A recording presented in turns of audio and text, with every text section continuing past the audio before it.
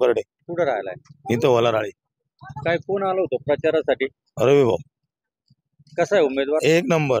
का बरं एक नंबर? एक नंबर. निम्म्या रात्रीला फोन करा. काय काम? नगराध्यक्ष असताना काय कामं नगराध्यक्ष असताना सगळे काम त्यांच्या करतात झालेत. केली? आता बी तेवढाच विश्वास आहे. विश्वास 100%.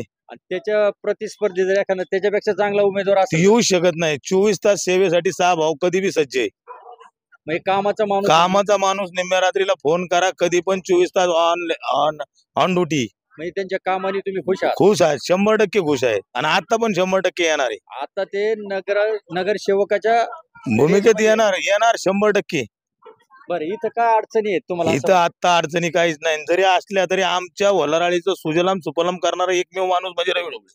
पूर्ण विश्वास. दुसरा कोणीच करू शकत नाही. आणि वार्डाचा अनुभव 100%. गल्ली ना गल्ली बोल माहित असणारा उमेदवार म्हणजे रवी ढोबळे.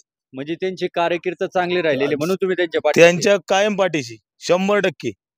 पण काय अशी एखादी बाजू असेल ना त्यांची? काहीच बाजू ठेवणार नाही ते. काहीच ठेवणार. पुन्हा आतापर्यंत 10-15 वर्ष 10 वर्ष कारकिर्दीत त्यांनी भरपूर लोकांचे दवाखाने असू द्या, कुणाची अडचण असू द्या, कुणाची पाण्याची अडचण असू द्या, नगरपालिकेची काय सोय असू द्या किंवा काय असू द्या, कुणी गैरवर्तक करत असेल तर स्वतः येऊन तिथं संयमाने त्याला सांगू शकतात की आता भाऊ एक जरा शांत राहा, तुम्ही कुठल्या गोष्टीचा काही त्रास करून घेऊ नका, आपण हा प्रॉब्लेम सॉल्व्ह करू, नगरपालिकेमार्फत करू किंवा माझ्या मार्फत करतो.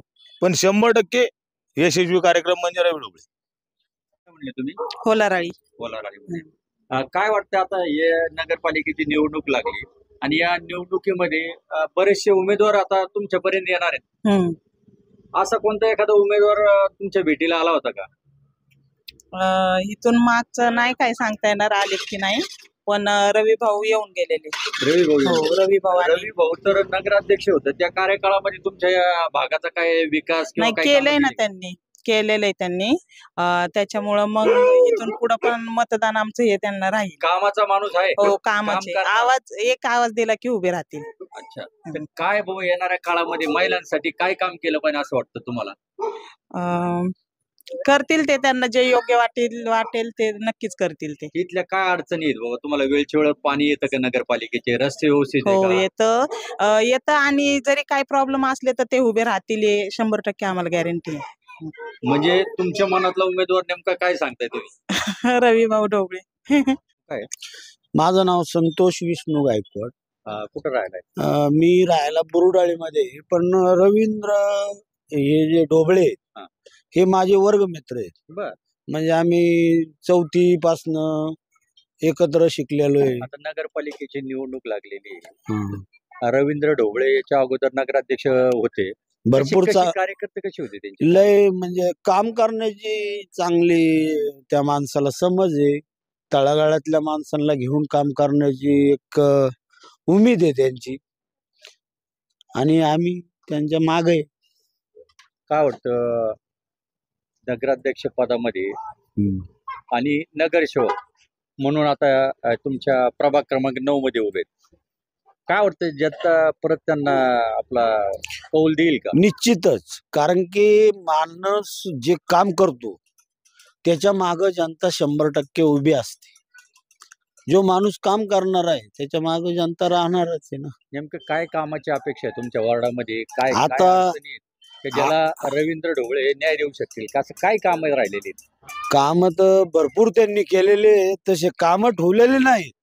पण तरी त्यांना काही सुचवलं तरी बी ते आम्हाला इथं समाज मंदिर बांधून दिलेलं आहे. आता मी तर ह्या वार्डात नाहीये, पण एक मित्र म्हणून मी इथे आलेलो आहे. माझं लहानपणाचा मित्र. त्या प्रचारादरम्यान कोणी लोक तुमच्या भेटीला आले होते का? नाही, अजून नाही आले कोणी. कोणीच नाही नाही. आले कोणी अजून. कोण उमेदवार माहिती आहेत का? हा, माहित आहे ना. हा, मी प्रभाग क्रमांक 10 मध्ये भैया माळवे, शिशुपाले हा. आणि अजून कोण आहे पल्लवी? झांबरे एक आहे. हा.